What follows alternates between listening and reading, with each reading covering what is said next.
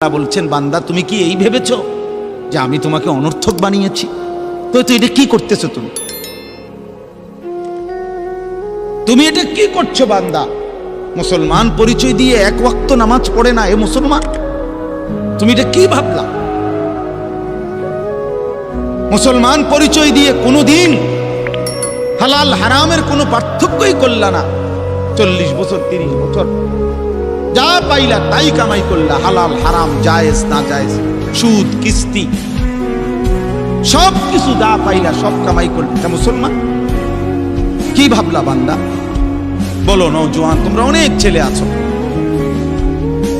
সারাদিনে একবারও একটা সেজদা যাদের কপালে নাই, একটা সেজদা, এক ওয়াক্ত নামাজ ফজর থেকে এশা এক ওয়াক্ত নামাজও যে পড়লা না আজকের সারাদিনে, নাফরমান।